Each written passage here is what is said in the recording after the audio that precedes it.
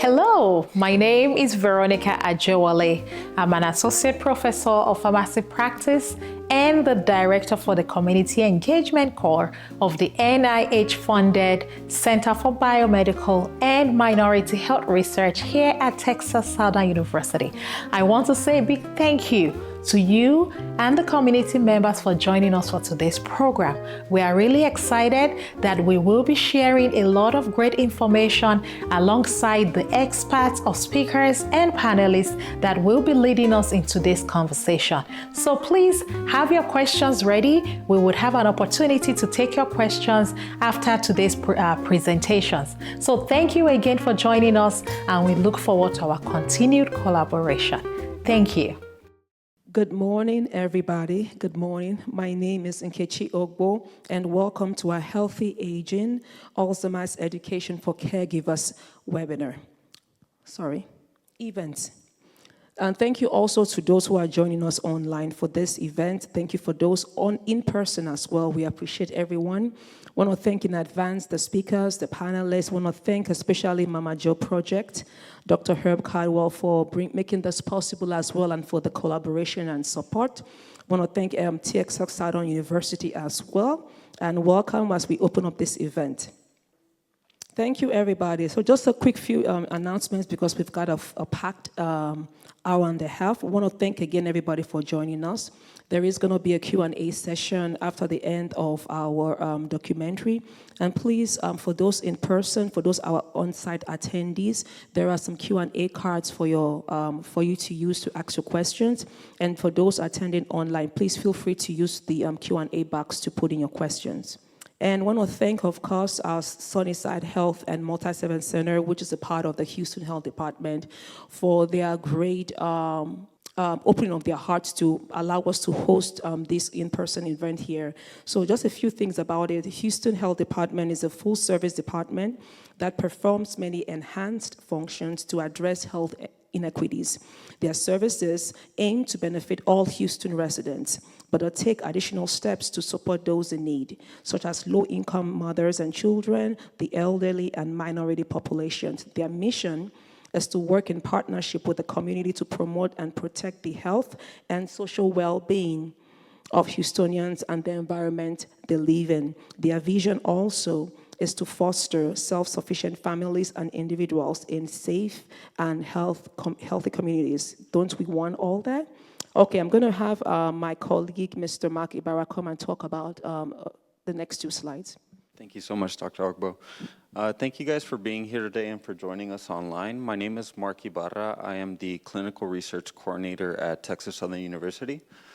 Here at TSU, we have began implementing a program called Equitable Breakthroughs in Medicine, where our goal is to build a clinical research site here at TSU. The purpose of this site is to bring equitable representation to the African American and Latino American population. If you guys would like to keep in touch and check in on our progress, feel free to scan this QR code here, where you'll find my contact information and progress notes on how we're doing with the site implementation. Thank you so much. Thank you so much for that, Mr. Ibarra. And then next, again, want to welcome everyone to our Healthy Aging and Alzheimer's Education for Caregivers webinar. For our community health workers who are online or in person, please go ahead and sign in to receive credit for this event. And then for anyone who wants to complete our survey, also scanning the QR code will assist you in that. Without much further ado, and I want to acknowledge that this is a typo. He is Dr. Herb Caldwell. He is a higher education professional with over 25 years of experience, currently serving as Chief of Compliance and Engagement at Logan University. He leads BOMM Solutions, LLC, providing consulting for businesses, nonprofits, and government agencies. A former college basketball player, he holds degrees from the University of Illinois and Missouri Baptist University. As a proprietor of All In Music and Media, he creates positive media for faith, family, and community. He's also the lead for the Mama Joe Project and producer of the documentary film, My Mama Joy. My Mama Joe, Hope and Help, focusing on health disparities among elders with Alzheimer's and dementia. And I have the pleasure to bring up to the stage here Dr. Caldwell, who's going to help to introduce our next. Thank you, sir. Thank you. Good morning, everyone. I'm Herb Caldwell, and it's such a pleasure to be here in Houston for those who are here physically and those who are watching virtually. This is the experience and story of my family. My mother, Joanna, Mama Joe. In fact, this is my sister here in the room who was our primary caregiver, and we'll get a chance to talk about it a little bit. But what we wanted to do was just use our story as illustration to highlight some of the pieces the dynamics that happens when you have family caregiving, right? Particularly for someone who may have Alzheimer's or dementia. So over this next 58 minutes or so, just want to invite you to engage with the information, with the story, however is best for you. And ultimately, at the end of the day, we just want to make sure that awareness is raised, and you know that there is information that you can connect with the resources, both those in the room and those throughout greater Houston. So again, thank you for being here. Thank you for having me, and we're looking forward.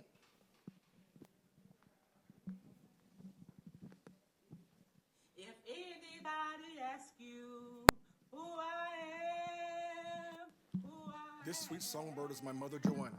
You can call her Mama Joe. She is one of nearly 7 million people living with Alzheimer's in America. I'm her son, Herb, and on behalf of my family and those who love her, I'll be guiding you through this journey and sharing just a portion of her story, a story of family, a story of hope, hope that we can be better positioned for healthy aging and a better quality of life.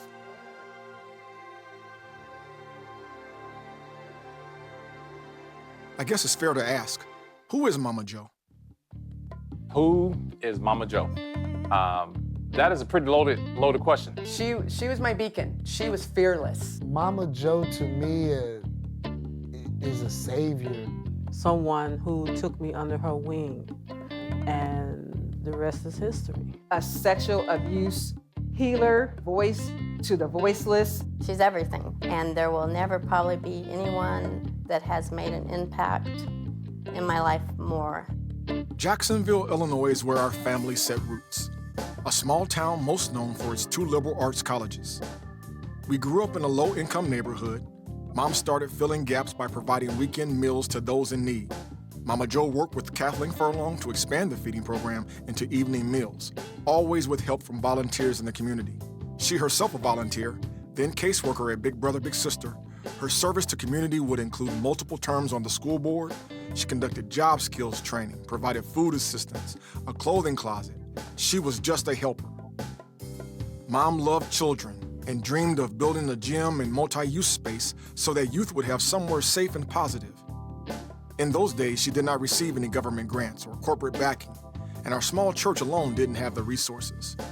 There were detractors, but Mama Joe was a fighter and full of faith. Folks like Joy French Becker, Don and Roberta Meyer went above and beyond with their support for her vision. And the community was generous with donations, including labor, materials, even anonymous gifts. And with zero debt, the Faith Social Services Center became a reality.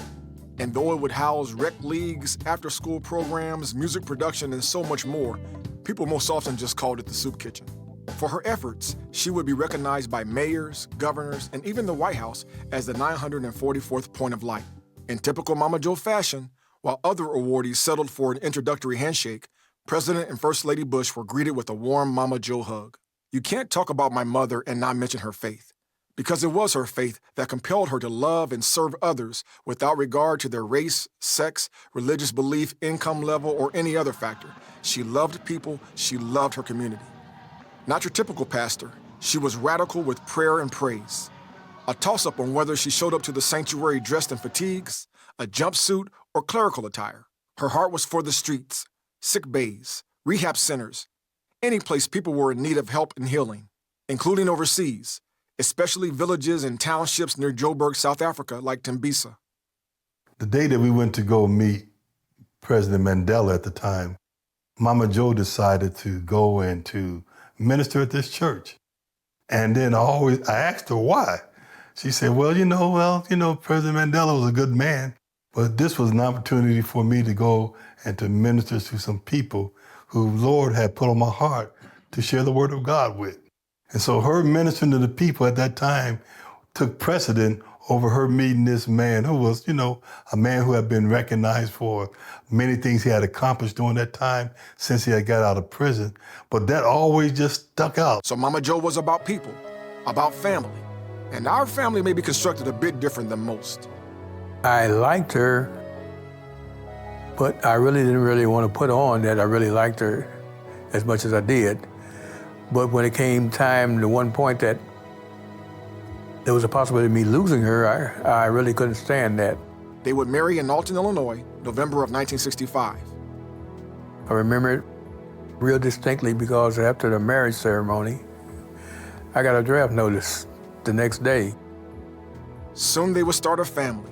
The gorgeous Paula would arrive November of 67, followed by Joy in 71, aptly named in response to our parents' spiritual conversion.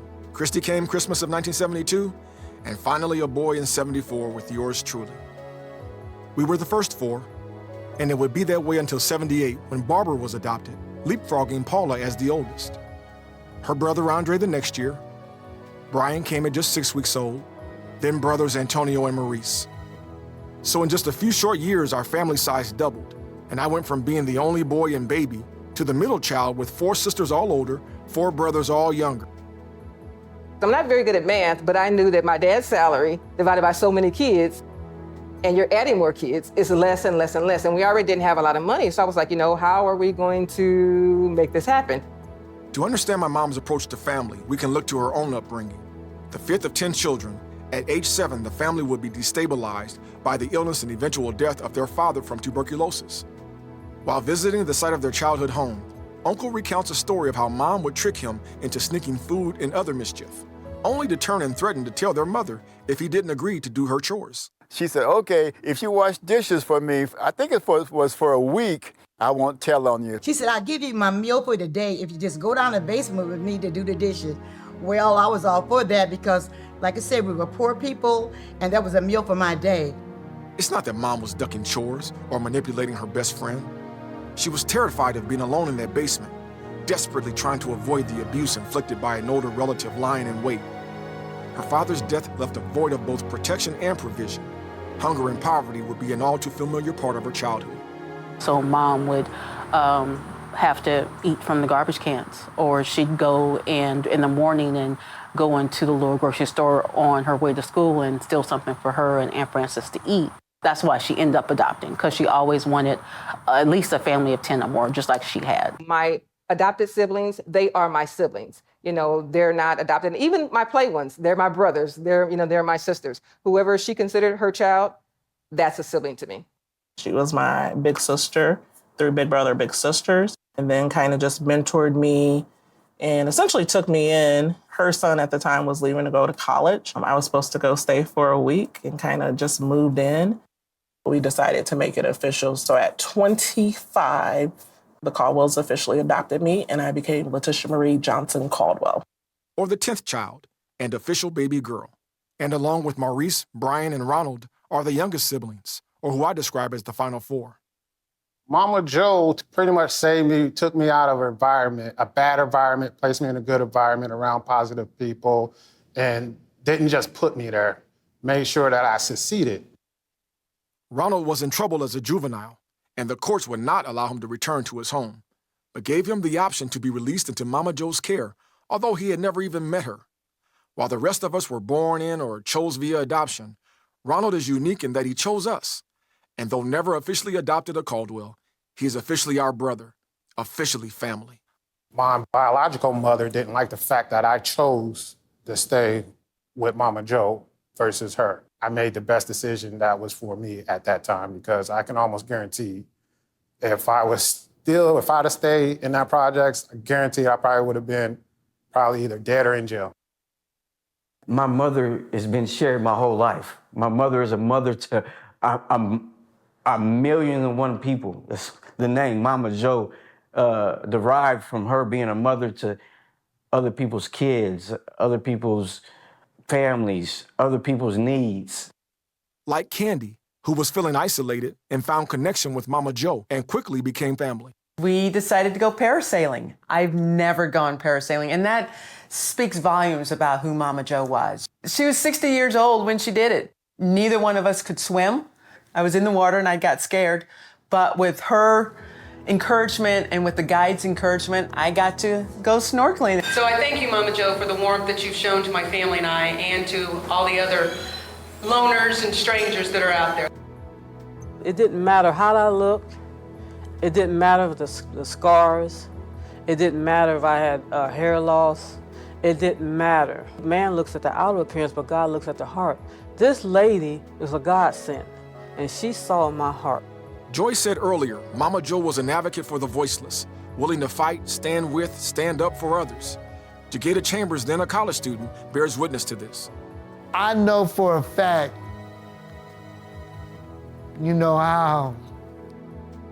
I just know how much I needed Mama Joe. Facing attempted murder charges for a drunken college fight during spring break, Mama Joe refused to abandon him, speaking up for a reduced sentence and a second chance. Jageda credits her early support and guidance as significant to his mental health. Now, 20 years after his release, he's paying it forward as advocate for others needing support and a chance. You get all choked up for him, man. Man, dang, man, at 25, man. And people think they so happy I'm helping. Like, they don't have a clue. Somebody that'll really help thousands of people. And she did it all out of love, not expecting anything in return, which is why she was so shocked when given a surprise party for her 60th. Oh, she cried like a baby, but would soon be cheered up by my father and his best David Ruffin impersonation. And like any family gathering involving Mama Joe, plenty of dancing and good, clean fun. There would be other parties. This one definitely was special. This is a day I will never forget. But she would forget, and increasingly forget. She had asked me to give one of the girls at church a check. And so I went and got it. And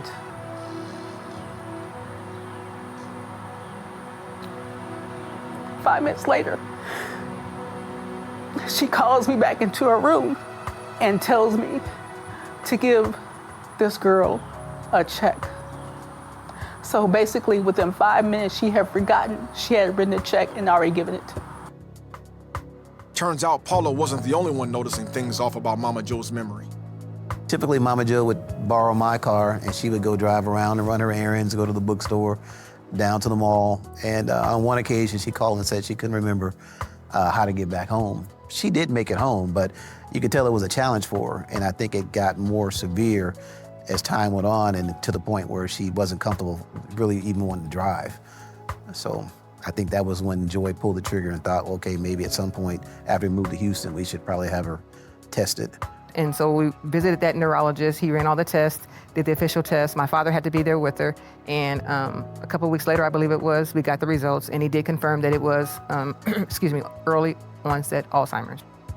Think about dementia as an umbrella term, a big category. Alzheimer's disease, we think, might be the most common type of dementia. One of the hallmarks is changes in a person's memory or thinking. They may have a more difficult time remembering the names of people they've just met, remembering why they walked into a room or what they were looking for in a certain spot. They may have more difficulty finding their way in familiar places, may forget the names of certain objects, common everyday objects, or how to do certain things that they were able to do without effort before, and those problems get worse over time. So it was good they took action and got the diagnosis when they did. For some families, this isn't the case. Little less than half of people who say, my memory's gotten worse in the last year, have actually spoken with their healthcare provider about that. So I think we really have a big communication issue here, and that has a lot to do with stigma. We rely a lot on our brains. Our brains tell us where our cars are parked. Our brains are our personality. Our brains are our identities. And when we start to have some of those changes in our brains, we become concerned. Hearing that you have Alzheimer's disease can be difficult news to take in. to let it register, to understand. And it's important for doctors to be very clear, very concrete about what they think is going on, to use the word dementia, to use the word Alzheimer's disease, and to explain what that means for people. There wasn't a whole lot of direction, just basically maybe gave her 2 meds that we were told don't really do anything, but could help keep the symptoms maybe, from getting worse. And that was pretty much it. We were pretty much left off on our own to visit the neurologist or whoever once a year is what it was. Age is a leading risk factor for Alzheimer's, and certain groups are at greater risk. Black people are approximately 2 to 3 times more likely to develop Alzheimer's disease than their white counterparts. And this is based on data from the United States. Being female also increases your risk for Alzheimer's disease. So as a woman of color in her 60s, Mama Jo was actually a triple threat for risk. Blacks are twice as likely to be diagnosed and more likely to develop dementia at an earlier age. But why these racial differences? According to Dr. Oke Inya and other scholars, it's not race per se, but deep-rooted systemic issues. A fundamental reason why there are stark disparities and stark inequities is because of structural racism and the various ways in which it manifests across the healthcare system. And so when you have barriers to care, where you are treated and talked to differently, all of those barriers make it more difficult, particularly for Black and brown people, to get the help that they need. So for instance, you have a community who is showcasing a high trend in diabetes or chronic illness, whatever that situation may be. And let's say our Black population in that community has a higher rate of that disease than the white population. Well, that is a health disparity. When we start taking a closer look, maybe we look at that community and say, oh, there's lack of access to health care for in the Black communities.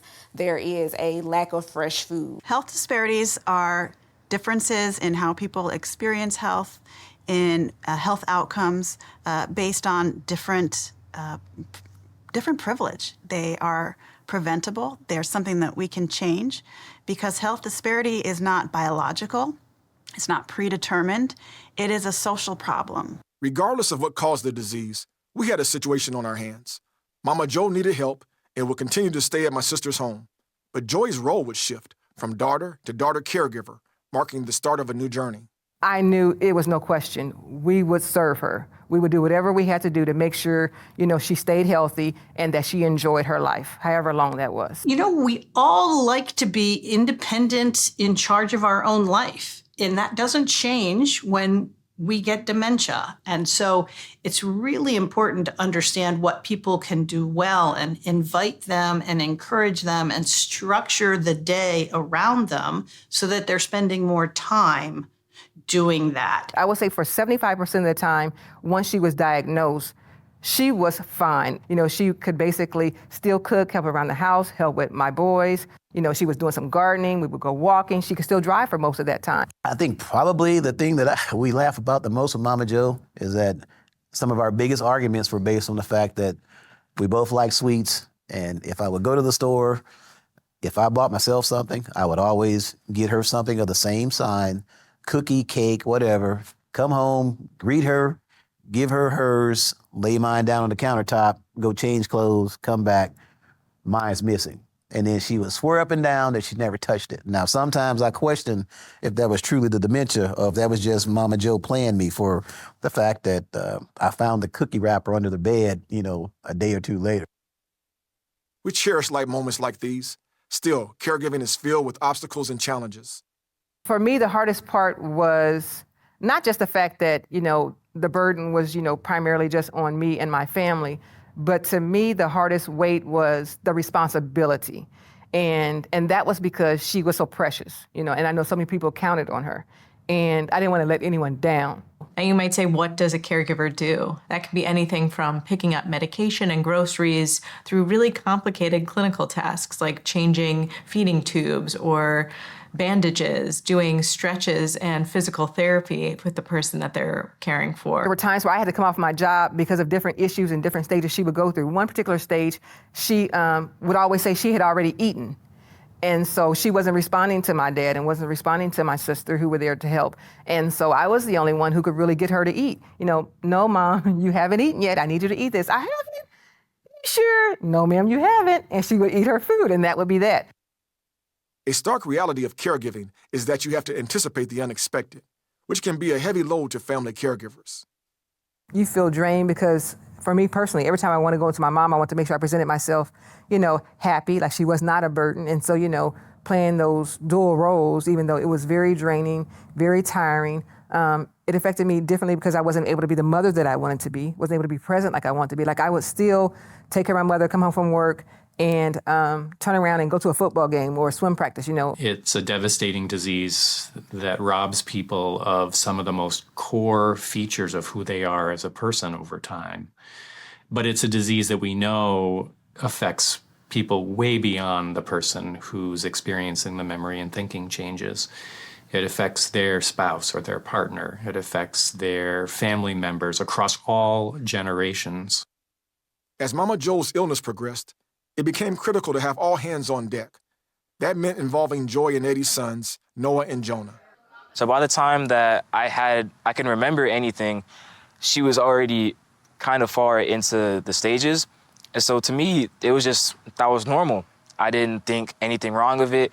Like, okay, she's just forgetful sometimes. That's Mama Joe. That's my Mama Joe. Once I got older and her Alzheimer's started getting worse, I started being able to help out, give her medicine, and do all this stuff.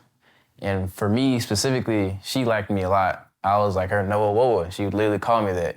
And so I had a special touch, and I was able to get her to do things that anyone else wouldn't be able to. We shared the love for honey buns. And so sometimes I'll bargain with her with a honey bun. It's like, hey, Mama Joe, if you take your medicines, you get the honey bun. And after a couple of tries, it usually works. Obviously, I couldn't do the big things like giving her medicine, but at times where she just wouldn't come out of her room, I would go check on her and make sure she was all right, if she was just sleeping or what was going on. So I was just there as company. I would keep her company. Jonah may feel his contribution was small, but spending time with an aging loved one with dementia is just as important as more complex types of medical care and support. At one point, the boys were helping in the care of not just one grandparent, but two, as Eddie's father was moved into the home for hospice with declining health.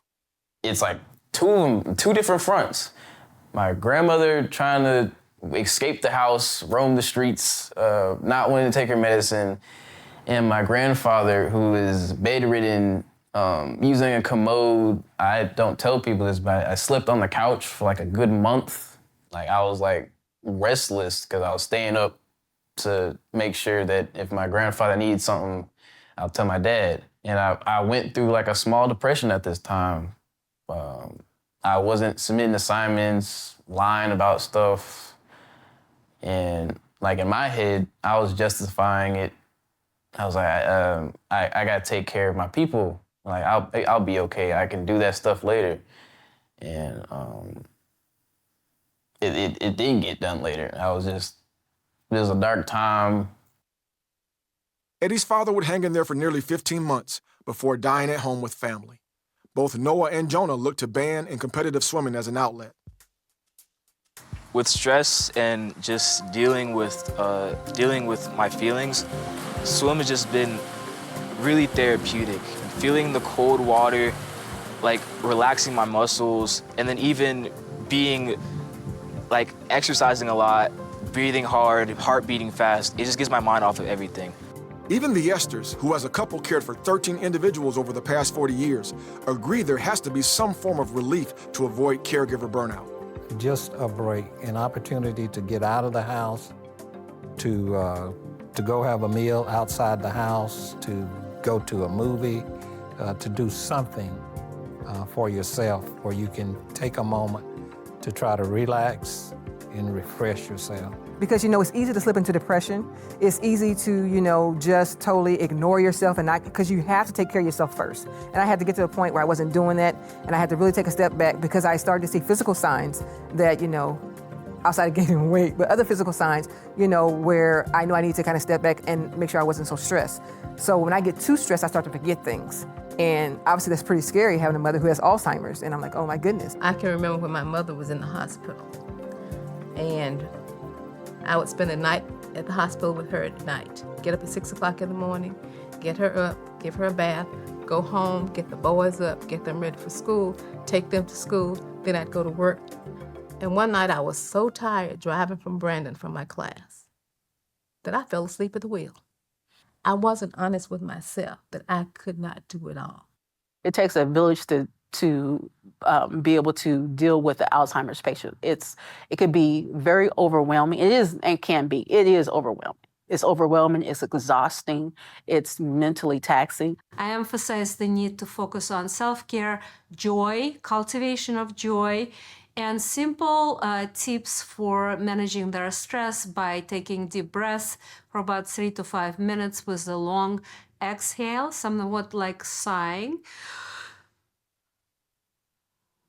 And do it for 3 to 5 minutes, and what you would find, you're less anxious, you're slowing your breath and your heart rate, and your blood pressure drops.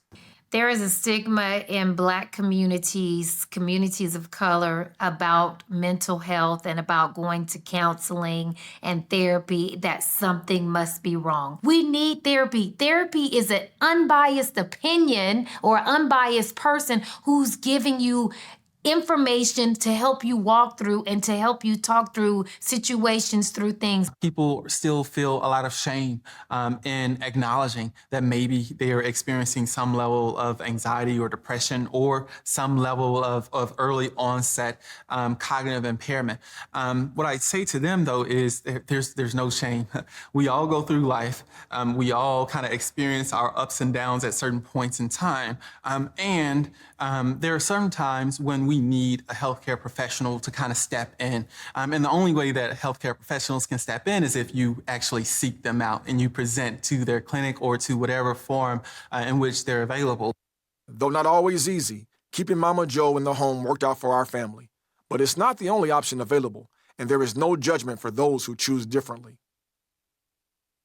If home care is not appropriate for your loved one, don't let anyone guilt trip you. You have to do what is best to keep your loved one safe. And if it means placing them in a facility, find the best one that you can to provide the care that your loved one needs and place them there. But just don't forget them there. Make sure you're visible. Make sure they see you. Make sure you're involved. That's the best advice that I could give to someone. Cost is another factor families must consider when weighing care at home versus placement in a facility. There are at least 7 million individuals who have Alzheimer's disease, which is resulting in about 11 more million people who are serving as their caregivers. Alzheimer's is one of the most costly diseases that we have in the U.S. Out-of-pocket costs can range anywhere from thousands of dollars to hundreds of thousands of dollars to support the care for someone. And so all of those issues combined are increasing the stress for caregivers. I never knew until it was basically too late that there's something I could have did to separate my mother's income from her father's income so that she can get some of the benefits that they have Medicaid patients. Now that's kind of crazy. Why does she have to basically declare herself poor or broke in order to qualify for Medicaid to get some of these resources that everyone should have access to? Medicare is a federal health insurance program for people age 65 and older or those with certain qualifying disabilities. Medicaid is a joint federal and state program based on income. Some individuals will dually qualify for both programs. Medicare didn't always want to pay for those costs because there wasn't the ability for someone with a dementia diagnosis to be cured or to get better.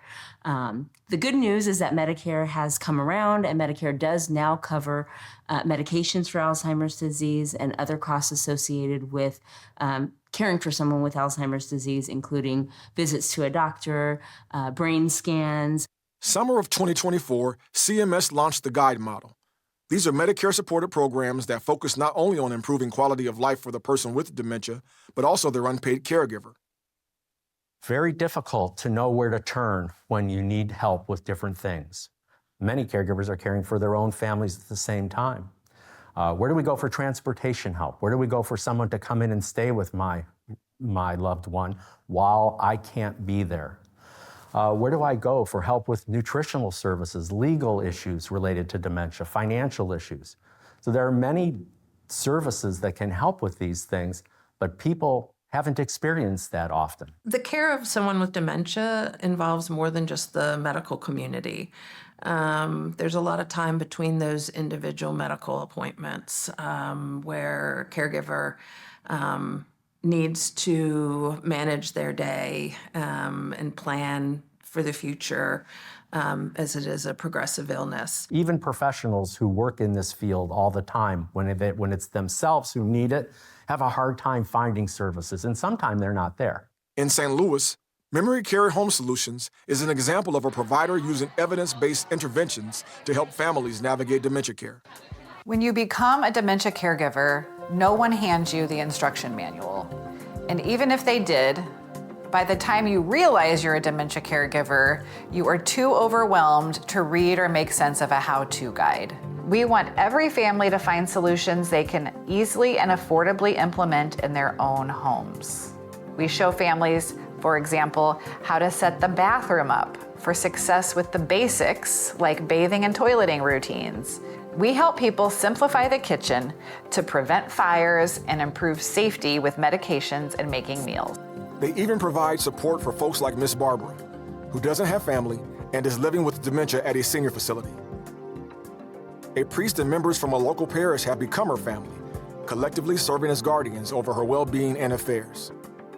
And when she needed some special help, people at visitation said, "You ought to let the court appoint you as guardian."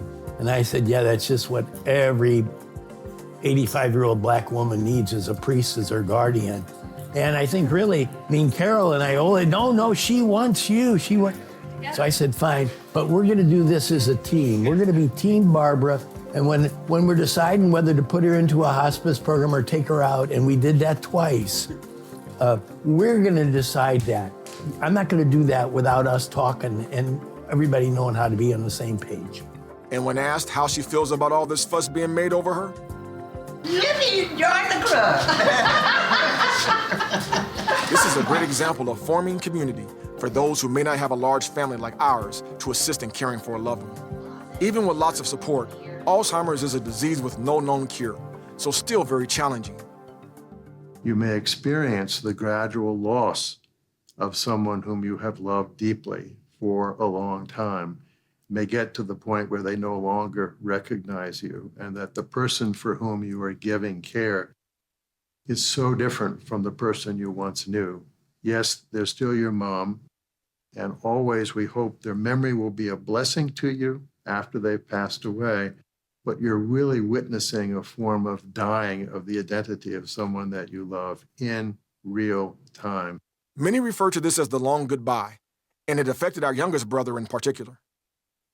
She just had a presence and an aura around her, and to see that disease deteriorate that so much, it's almost like she was a superhero. And it's like kryptonite. And it's like she's just a shell of herself.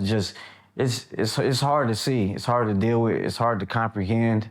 I never felt like that. I could always see my mother. It's not like I was looking at a shell of her former self. Her personality was always there. Happy birthday to you. Happy birthday, dear you. Happy birthday to you. Oh, I put that high tone in there. We be listening to country music. And she's like, shh, don't tell. And I look at her and say, I'm not going to tell her. Because I know Joy don't like country music too much, but her mama loved it. Hey, Herb. What's up, man? What's up? Just put me a check in the mail. Oh, I failed. Brian and Joy experienced our mother's decline differently, which is not uncommon for siblings. I actually agree with them both. While it was hard seeing the disease progress, it was still my Mama Jo. As if cognitive decline and memory loss wasn't enough, in 2022, Mom's health took another big hit. She was given a medication just simply to help her sleep at night. It was a medication that should not have been given to senior citizens who have dementia, and shortly thereafter, she had a stroke. Though we were unaware at the time, the offending meds were left in her system, triggering a total of 3 strokes and a host of other complications. She fought very hard. After each stroke, she was up standing, walking, running, talking, eating, enjoying life. However, you can only be knocked down so many times, and that damage to the brain, eventually, it affects other areas of the body. Multiple medical stays and emergencies would result in Mama Jo, in great part, being nonverbal and immobile, intensifying her need of care. Our family would rally around Mama Jo, like in 2022, when a bunch of us gathered in Houston to celebrate Thanksgiving, including siblings of both my parents, complete with good food, Uno, and of course, a mean game of spades. In 2023, there was another medical scare that lands Mama Jo in the hospital, this time on Christmas, which is also Christy's birthday.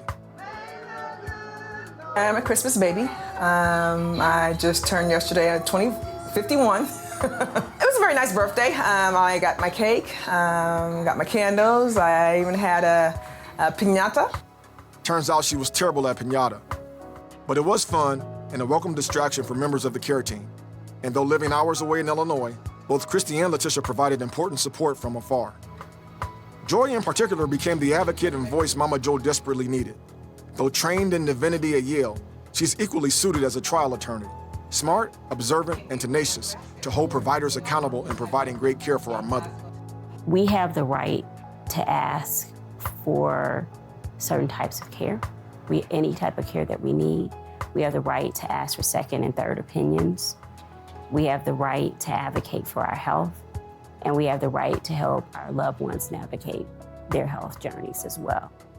The fact of the matter is that you can create agency for yourself. And so if you don't think that you're receiving the quality of care that you should, we're here as providers to serve you, the patient.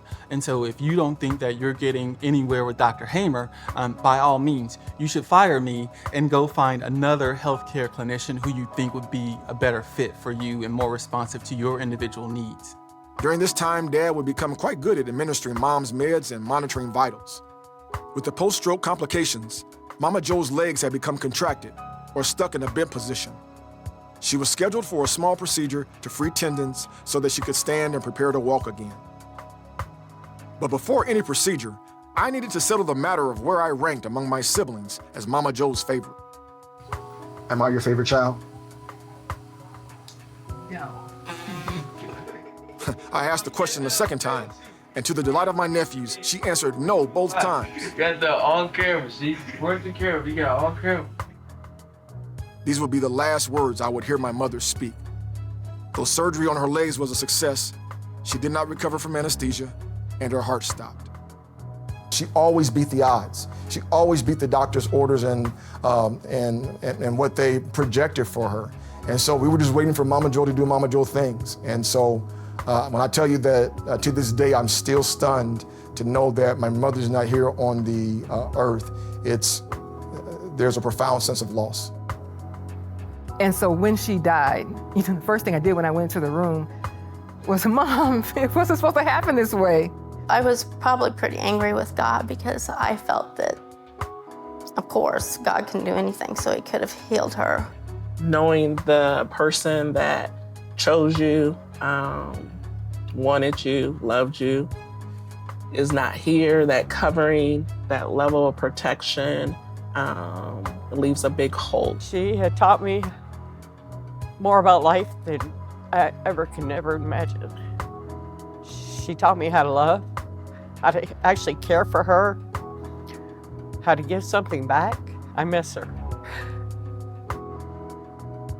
I don't have the drive to get up and do this or do that. I'm not the first person that does lost someone. And I dare tell, won't be the last person that lost someone that's close to them. So I just got to realize and find out how to navigate through time without her. homegoing for my mother was just the type of service she would have enjoyed being at. A joyful celebration with lively call and response singing, poetry, funny stories, tributes from her brothers, her children, and a beautiful eulogy from Richard, who considers himself Mama Joe's #1 son. Yet there was pain. Hard to see the hurt on my siblings' faces, watching my father say farewell to his wife of nearly 6 decades. A big hug from grandson Owen provided Dad a bit of comfort. Ultimately, ashes to ashes, dust to dust. We are family. Through it all, we are family. If you need me to do something for you, all you gotta do is pick up the phone. We're family.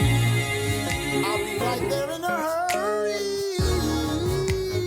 We are family.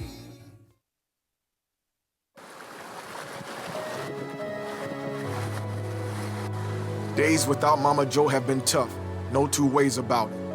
But our hope is that you can be better informed and equipped, not only for caregiving or dementia, but positioned for healthy living and aging.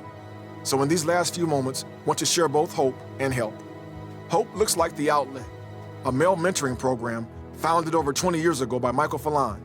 Though a nephew, was more like a son to Mama Joe, and out of all of us, he best demonstrates her heart for outreach, and is still passionate about bringing hope, help, and health, not just to young males, but to their families and the community at large. As an organization, we are Mama Joe. And if I could get a t-shirt, I would, because this place oozes Mama Joe, and I hope even when I'm gone and the legacy is still here, they will know that if it wasn't because of Mama Joe pushing me out front and saying, Mike, I believe in you, you can do it, even when you didn't believe in yourself. Aunt Joanne really, I think, embodies service. My baby brother, who may be the smartest of us, admits that he knew nothing about dementia until it hit our family. We have hope that awareness will be increased through outreach and education, as demonstrated in Northeast Ohio, where he now lives.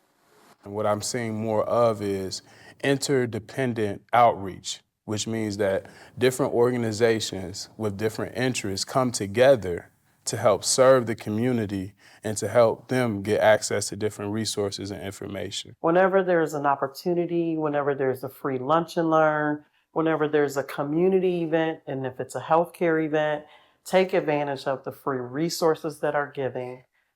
Just take advantage of any learning opportunity.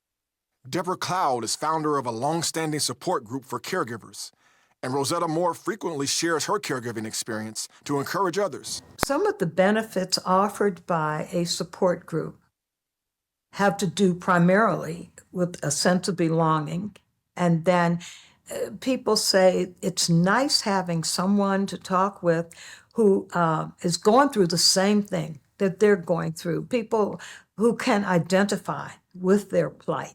Even though every person that has the disease responds differently, but I can share my experiences with joy, with peace, and with love, that they can go through the same thing.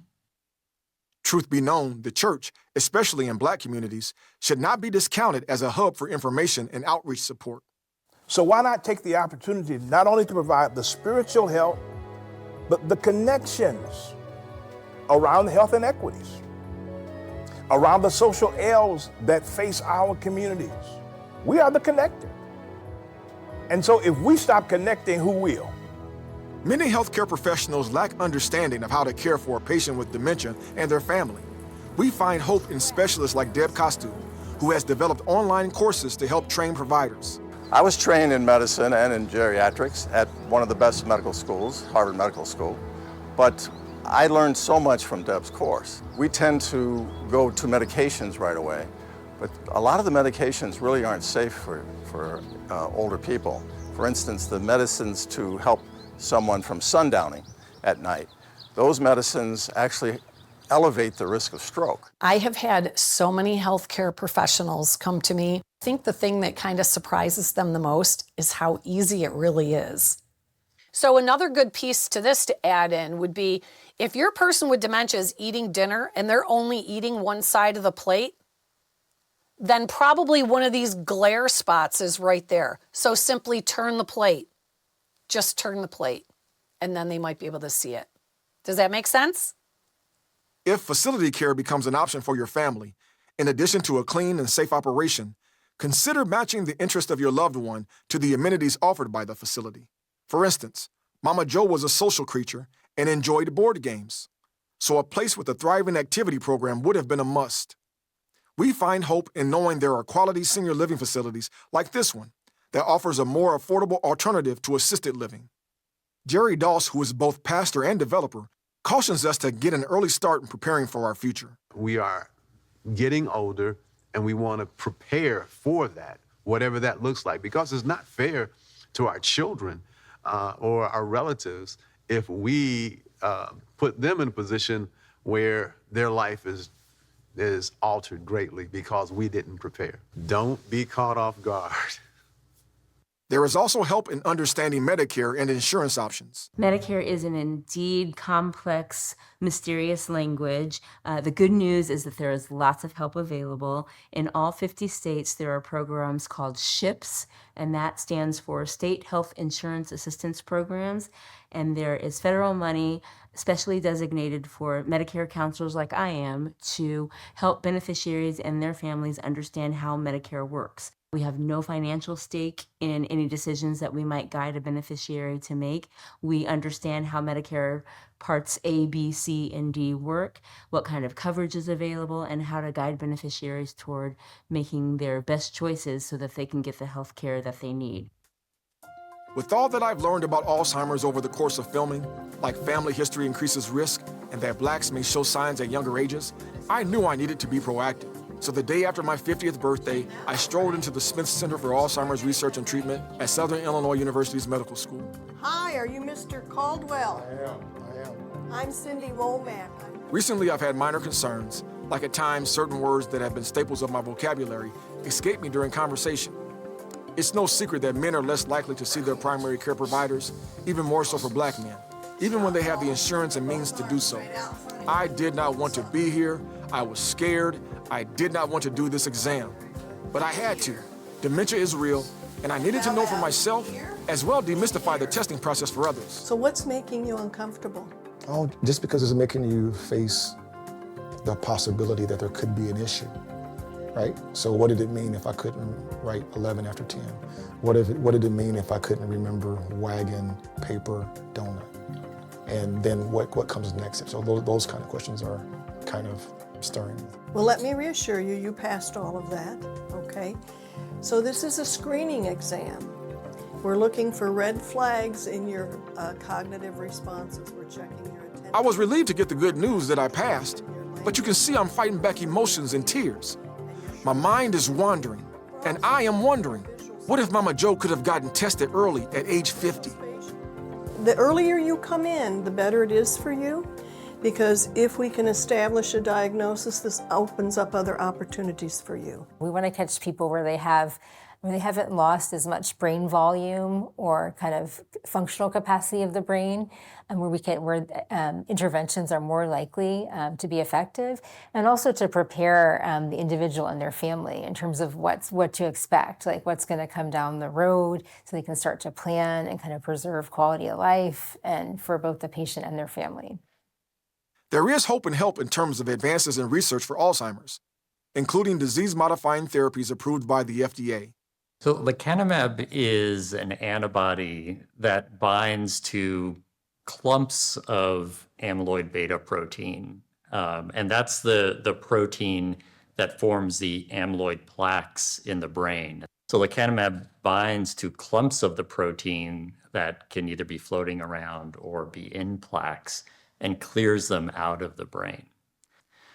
So by clearing these clumps of amyloid protein and plaques, we're slowing the progression of Alzheimer's disease. Around 20 years since we had a new treatment out for Alzheimer's disease. So this is a very important first step. We are not endorsing lecanemab or any treatment or therapy. Like most drugs, there can be side effects, brain swelling and bleeding in this case. Always consult with your provider about the risk, benefits, and cost of any therapy or treatment. The two main drugs that are FDA approved right now, one of them you have to come in for infusions every 2 weeks. Another one you have to come in for infusions once a month. So when you talk about rural communities or people that simply have issues with transportation, this can be a big challenge in trying to serve those people. In rural communities, people are, like I said, they don't have access to health care. So they may not even, the diagnosis may go missed. The care may be delayed. As an alternative, there is non-pharmacological research like the SHARP walking study in Oregon. So what SHARP is, it gives older Black adults a place and a purpose and a time to engage in healthy activities. People walk in groups of 3s and they can have healthy memories, or perhaps they have some memory problems, or maybe they have early stage dementia. And they are walking together 3 times a week over the course of, it could be 4 months or 6 months, but the goal is 3 times a week. And they're given a tablet device, one for the group, and on that device, pre-navigated routes, 1-mile loops, and images pop up. They're GPS-linked historical images of the neighborhood. And so that is the reminiscence piece. These are prompts. They can stand on the corner and look at what is, and they can look at an image of what used to be, right? Especially in the gentrifying and historically Black neighborhoods. And in this case, it's here in North and Northeast Portland. This is a way that people can focus on their brain health while actually focusing on what is important to them, what's meaningful to them, and that is their history, their neighborhood, their community connections, and the memories and the stories that they have attached to their neighborhood and to each other. Advocacy at the state and federal level provides hope for policy change that improves access to quality care for all. My mother taught me that service is the rent that you pay for the space that you occupy. I want to see things change for other people. Find your passion. If you have a loved one or someone that's been touched by Alzheimer's and dementia, get active. Let your voice be heard. You think you don't make a difference, but you're not by yourself. In 2030 in the United States, older adults, age 65 and older, are going to outnumber younger adults under 18. That's fantastic.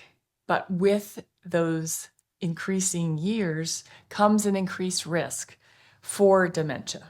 We know people can live healthy, productive lives. We want to make sure that health span matches lifespan. Some tips for healthy aging when it comes to your physical health. That means eating a variety of fresh fruits and vegetables. That means moving your body on a daily basis. When it comes to your mental health, that means taking breaks, getting outside, getting fresh air. Healthy aging is all about longevity and quality of life. So essentially what that means is it's a blessing to get older, but we also want to enjoy that, and that's where the quality comes in. There is hope in that there are opportunities to participate in research, which could be an observational study or a clinical trial. What I would like to see is the first survivor of Alzheimer's. So we have a program called Trial Match, which essentially is like an online dating service for research trials and helps individuals, whether they're those with Alzheimer's or dementia, as well as healthy adults, because we need all of them to participate in research to recognize the difference between someone dealing with a cognitive change and someone who is not. And so there are all kinds of trials across the country that people can participate in. One of the problems that we have, though, is that much of the recruitment of those clinical trials often don't happen within communities of color. We can creatively work with the community to provide education around clinical trials while also thinking about ways to have the community, especially communities of color, engage in research. We are living in this new era of treatment that has not happened for the 100 years, 120 years before that, that people never had access to these things. And so we are literally kind of at the forefront and hopefully what is the beginning of the end of dementia. We have new therapies coming out that were recently approved. There's more coming down the pipeline that are being evaluated in clinical trials. So I really do think that there's a lot of hope for the future. My family and I are hopeful. Mama Jo was hopeful and is at peace knowing that even in death, through her story, she is doing what she has always done, which is help others. Just seeing her give her life away, just seeing her sacrifice, and I think that is who Mama Jo is. Maybe we should let Mama Jo tell us for herself exactly who she is. If anybody asks you who I am, who I am, who I am, if anybody asks you who I am, just tell them I'm a child of God. I tell them I'm a child of God.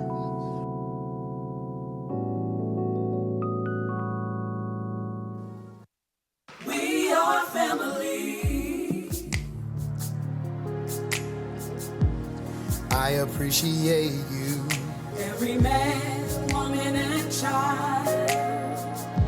I'm grateful for the precious time. Laughter, joy, and smile. But there have been some hard times. Through the stormy weather, we'll pray and stand together.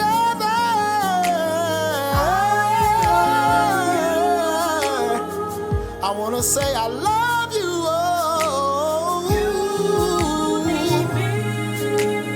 And I need you too. For now and all times, we'll strengthen the ties that bind after all. We are family. Through it all, We are family. if you need me to do something for you, all you gotta do is pick up the phone and call me. I'll be right there in a hurry. We are family.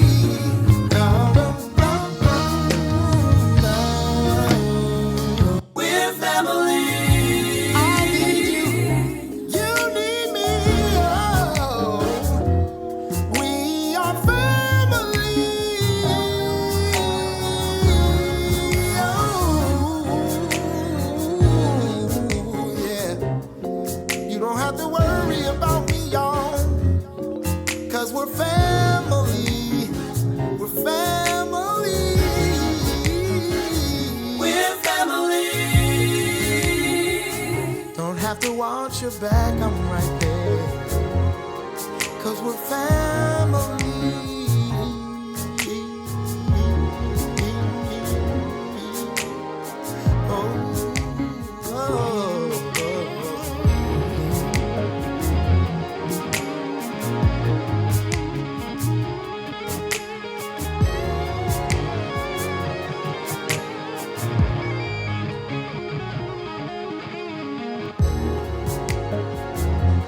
Can we give a round of applause? Thank you so much.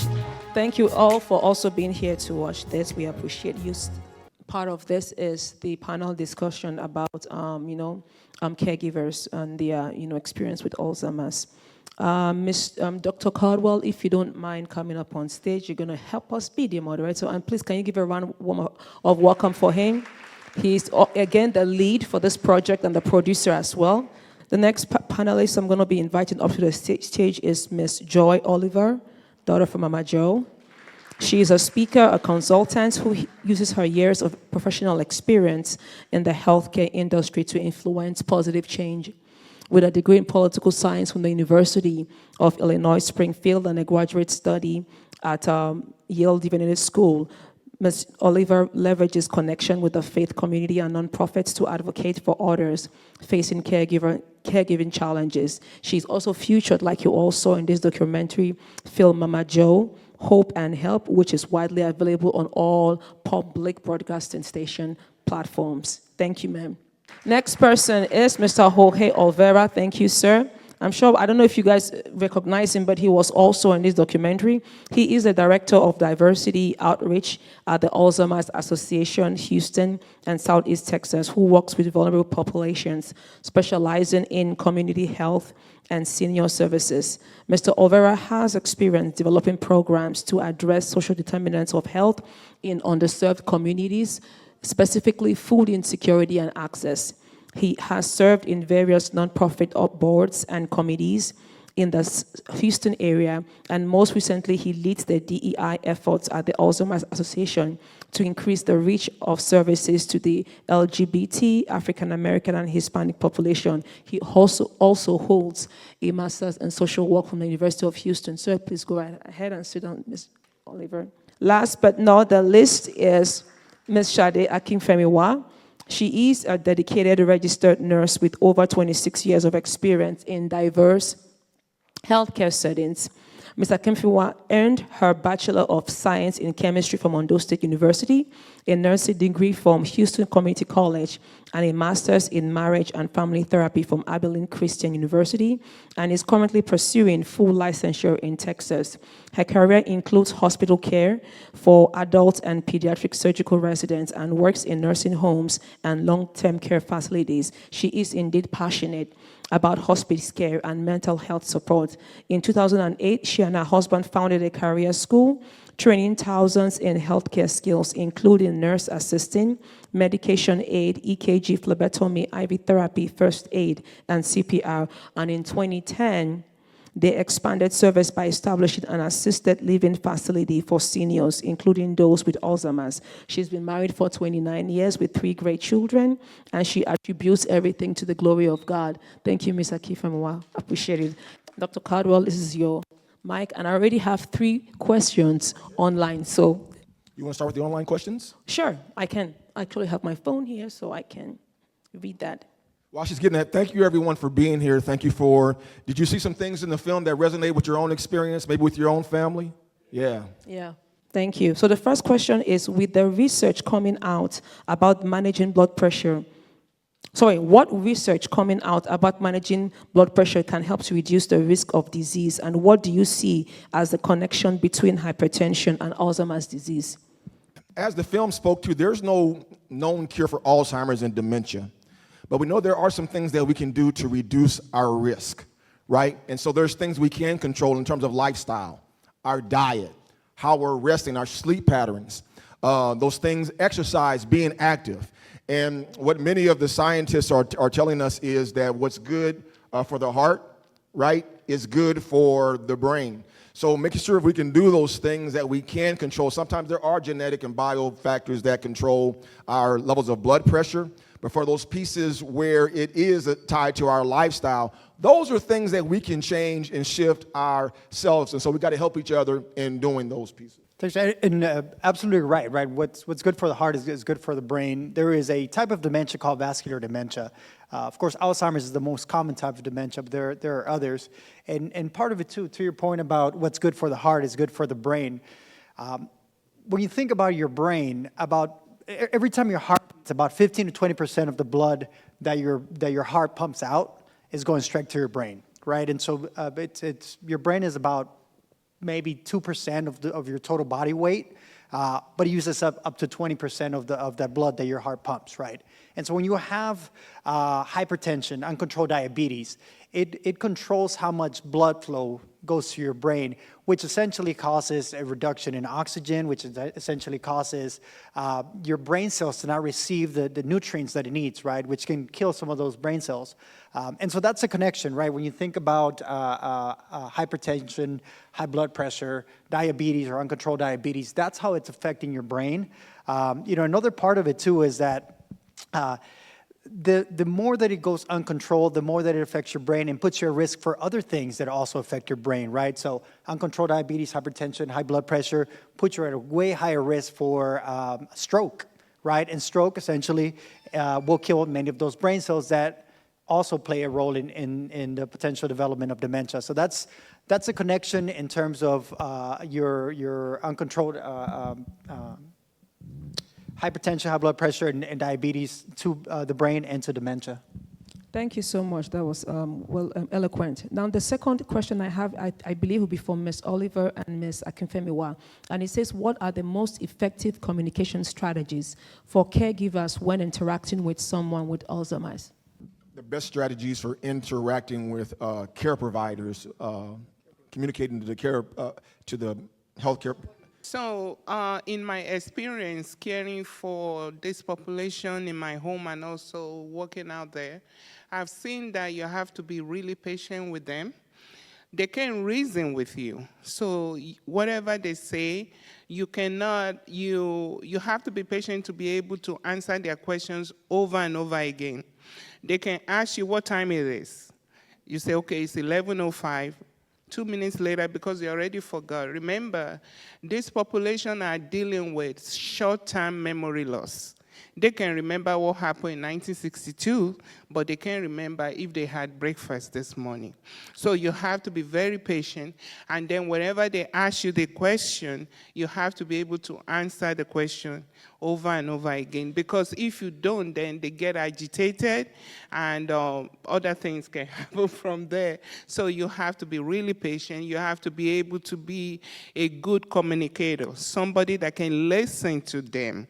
Okay, you have to be able to listen to them and, give them what they need. And also sometimes you might need to distract them from, whatever they are focused on at that time. Sometimes they tell you, I want to go home. To them, where they are is not their home, so they want to go home. Or even if they are in their home, they say they want to go home. Okay, you want to go home? It's all right. I want to go home too. But however, we have some snack and then we go home. Because sometimes when they are communicating with you, they are communicating on met needs. So at that time, they may have a wet brief, but they don't know how to communicate that with you. So in their body, something is wrong, but they don't know how to tell you.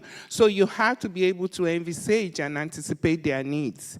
So when they are telling you that, you have to be an investigator. Okay, so you can take them to the bathroom. Before we go, let's check your briefs and see if you need a change. And from there, you can offer them water, you can offer them snack, and that can soothe them and distract them from being agitated. Add that you have to speak with them with respect. Just because they have, memory issues, a lot of people I've seen speak to them condescendingly. And you can't do that, because at the end of the day, like my mom, I speak for my experience with her, she was still a 78-year-old black woman, and so certain medical professionals would come in and they would say things and do things to her body without respecting her. Miss Caldwell, may I do X, Y, Z? And like one time my dad said, Joanne, sit up, sit up, sit up. She was like, I know what sit up means. She didn't want to. So, we have to remember they still have a lot of sense. Just because they're not responding the way you want them to respond does not mean they don't understand what you are saying. And so we just have to remember those things, and remember also that you will never win an argument with someone who has Alzheimer's. Mm-hmm. Never. So you have to meet them where they are, and everyone is different. Meet them where their understanding is, meet them how they function and how they want to be spoken to, and then go from there. You'll get a lot more done. You'll be a lot happier, because remember, they'll forget in a certain amount of time, but you'll be less frustrated in dealing with them. A good illustration for that, again, is don't try to pull them to your reality. Get to theirs. So when my children, when we would come to Houston, I would tell them, Mama Jo may refer to you as her niece and her nephew, not as your grandchildren. So she calls you Mia, she calls you Terrence, just say yes, ma'am, like you normally would, right? So for those of us who don't have dementia and Alzheimer's, we can adjust, okay? We can make it happen. Thank you very much. The last one is, what are the common emotional and behavioral changes that individuals with Alzheimer's experience? And I'm done. So I'm going to let my colleague here address this, Jorge. But one of the things is Alzheimer's and dementia is not a normal part of aging, all right? It's not a normal part of aging. And the only true way that you can know that you can have Alzheimer's or dementia is you have to have a health professional, a qualified health professional, give you that diagnosis. And so when you saw, did y'all see how scared I was when I was going to get that test? Y'all see that fear? I wasn't acting, y'all. I was scared for real. But what I knew was I was starting with some words I would normally come to me naturally. They weren't coming as quickly. Well, maybe that was just stress, right? And so the only way, so memory loss can be, a sign. Additional agitation can be a sign. Changes in sleep patterns can be a sign. But when you see these small things, you have to make sure that you open your mouth and talk to your healthcare provider. And Jorge, before you come and address that, this is something that Joy was saying was, that doctor, that healthcare provider, they work for you. So don't let them brush you off when you say, hey, my loved one is showing signs, can we get them tested? And when you heard Dr. Hamer say on the film, if that doctor's not being sensitive to your needs, guess what? God made a lot of doctors. Fire them and get another one. And that's a very true thing is you can't fire your doctor, right, if you don't feel comfortable. If they're being aggressive in how they talk to your family, if they're just jumping in and wanting to touch or wanting to like be invasive without actually showing their respect and the dignity they should for their client or for their, for their boss, if you will, you do have the opportunity to do that, right? And so make sure that you give yourself that ability to make those decisions. And you mentioned a lot of what those changes are, right? Changes in communication, changes in emotion, changes in behavior, right? All three of those are different. I'll start with emotion. A person who may be going through some of these, through the early stages of Alzheimer's or another type of dementia may have those mood swings, right? In some instances, and I know we mentioned it in the film, it's what we call sundown syndrome, where their behavior starts to change as the day ends, right? They either become more agitated or more angry. I think I lost it. Oh, there it is. More angry, more agitated.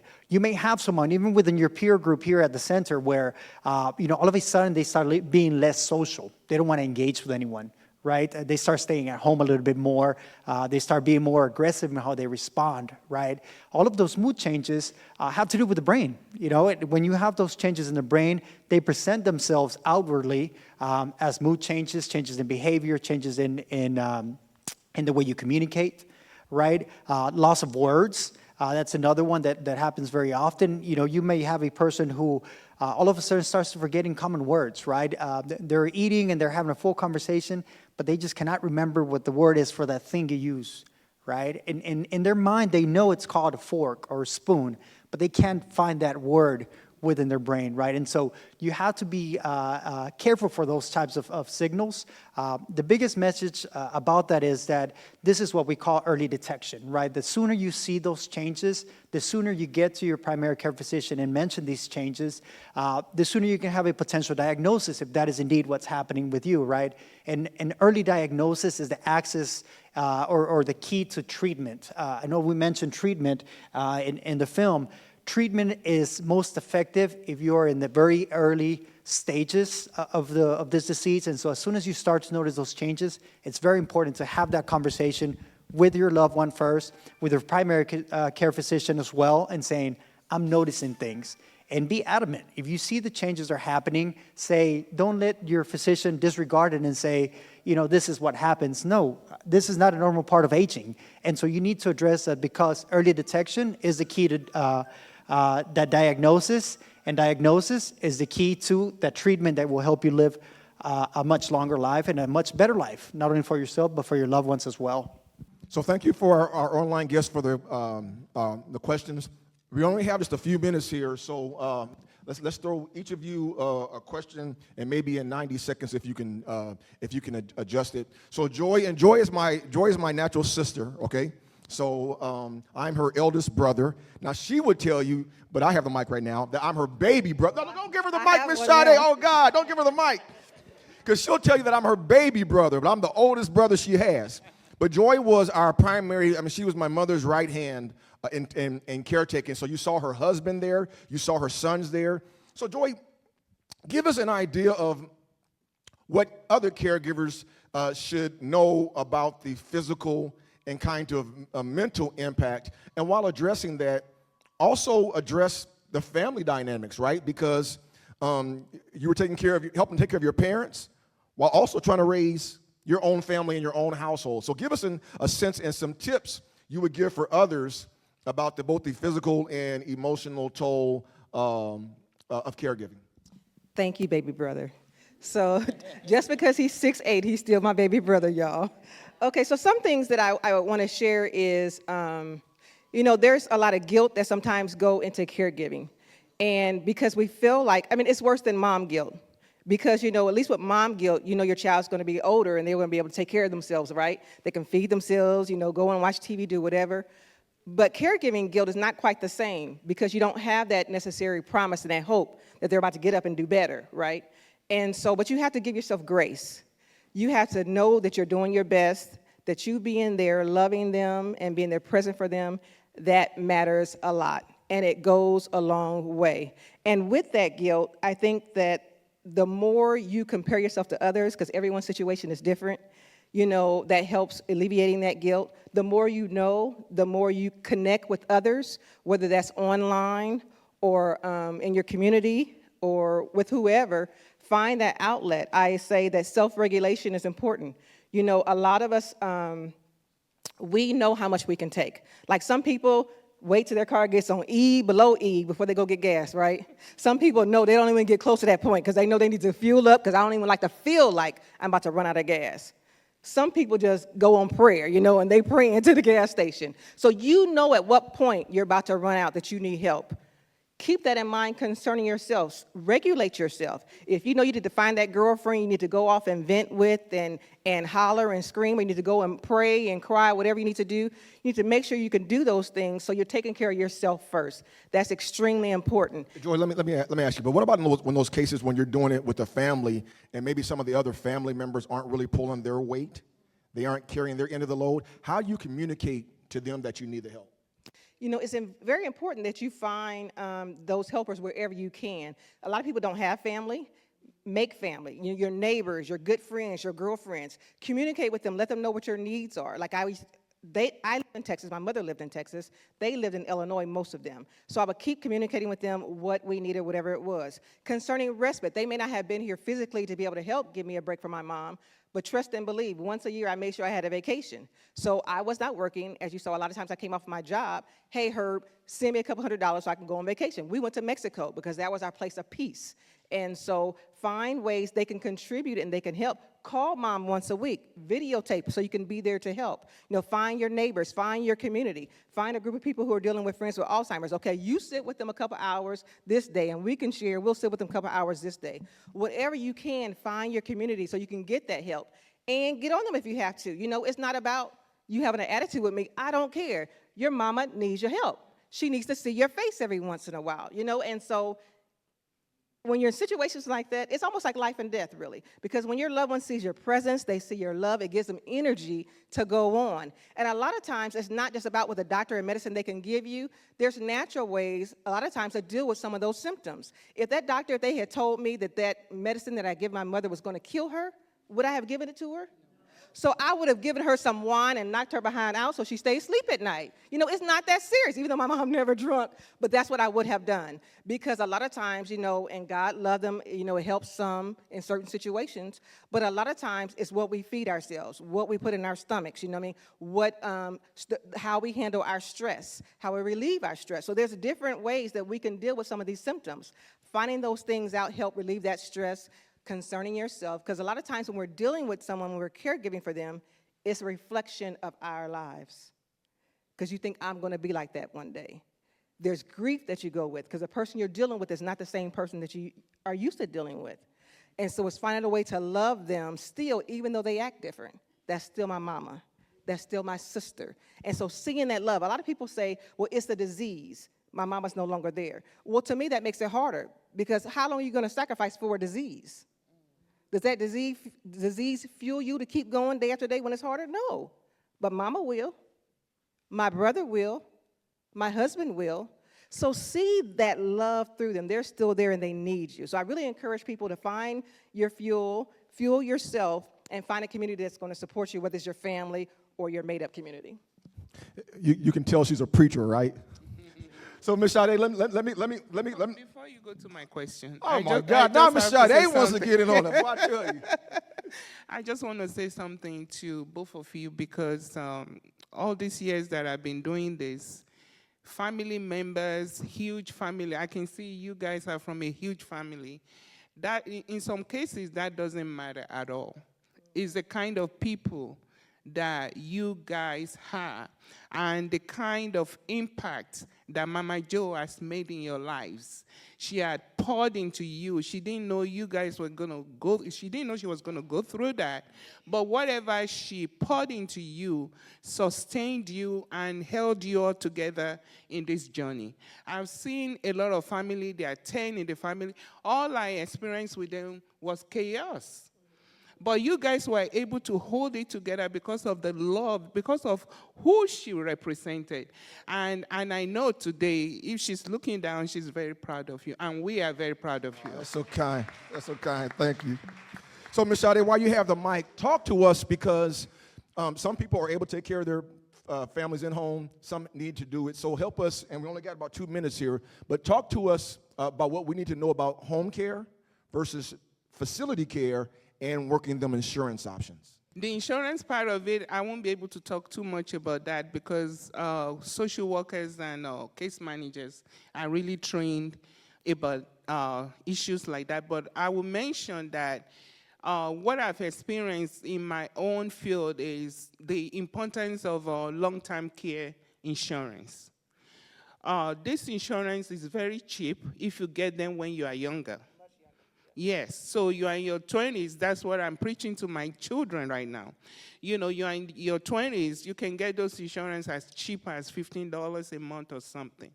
Compared to some of us that we are in our 50s now, you want to get that, that's going to be very exorbitant. But they pay for everything that you need, basically. I've had people in my home that I took care of that they were paying $4,000 a month, and they were able to, get that because they've paid it over the years.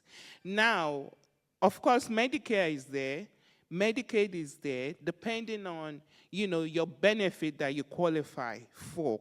And sometimes you have to have so much money in your purse for you to be taken over by Medicaid, so it's all a fight, but then if you are able to get a good social worker, they will help you walk it through so that your family will know to do the best thing for you.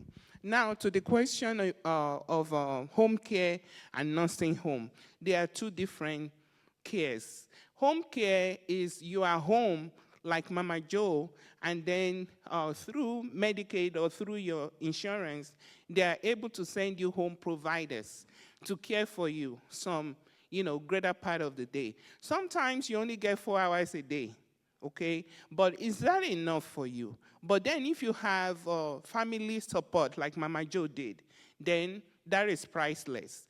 That could give our children time to go for a run, to walk in the park and come back. And they could, elevate some of those, care that they needed. Okay, so, but now not everybody can live in the home. Some, because of their care level, maybe due to a fall, they've broken their hip, or maybe their mental states with the Alzheimer that we are talking about, they cannot live at home, or they have end-stage kidney disease and all of that. They have to go into the nursing home. But I want you to know today that according to statistics, most people still live in their homes. Even though you see all those nursing homes, every nook and corner, assisted living, personal care home, group homes, most seniors still live in their homes. But then, what I've seen in my career as well is there are some homes I've visited as home health nurse, and the condition of the home is just despicable, okay? Because I've seen 70-year-old children taking care of their 90-something-year-old parent, and they don't have the strength and the stamina to do it. You walk in there, the whole place is smelling, it's filthy. You can tell that that older person is not getting the care. But then they are stubborn in their own heart. They say, I'm not leaving my house. Then what do you do in that situation? So you just have to make do whatever you can. Look for volunteers, look for community services, maybe in their churches, people to help them, in that hour of their need. But the difference, major difference, is the level of care. That's what determines if you stay home or if you go to the nursing home. Now, if you decide to stay home, sometimes you don't have that communal life. You know, we saw it in the movie where people are in the nursing home. Not that I'm advocating for it, but then they are there, they have other seniors to relate with. So you build a community like that, and you have people to be around you 24/7. But when you're in your home, you could be isolated, and that can lead to so many complications for depression and even untimely death. So depending on your level of care, that would determine where you be. So listen, we've come to time, and I didn't get to ask Mr. Olvera his last question, but he has a table back here. We'll hang around for a little bit, so if you guys want to ask us additional questions, we'll be here. If you want to rewatch the film, if you just go to pbs.org, type in My Mama Joe, you can watch it nationwide. Dr. Agbo, thank you so much for having us. We appreciate it. Thank you. Please, can we give them a round of applause? I appreciate your time. Thank you, even despite the weather, they all made it. Thank you so much. Now, again, just for our online audience and those in person, please, we would love to hear your feedback. We leave on your responses on our survey. So please, there are paper surveys at the back there. And for those online, scan the QR code and tell us what you think. Tell us what you want to hear next year. All right? We are very, very, very open to feedback from you. And for our community health workers, please feel free to let us know if you need credit.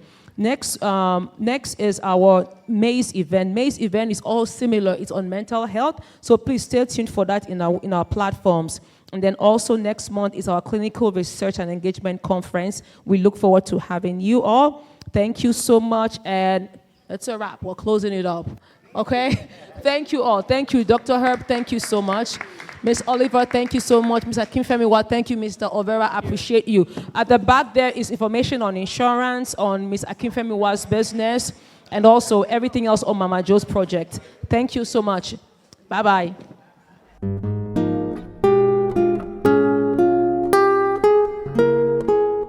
Hello again.